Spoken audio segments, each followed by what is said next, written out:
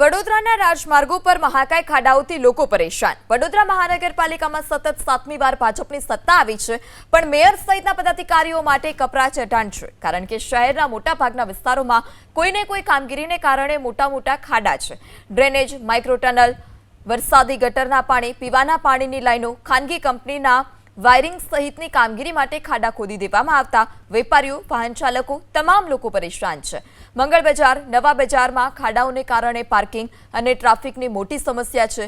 વેપારીઓ અને સ્થાનિકો વહેલી તકે કામ પૂરું કરે, ખાડા બુરે તેવી લોકોની માંગ। વહેલી તકે કામ પૂર્ણ થાય અમારી અત્યારે ઈચ્છા છે।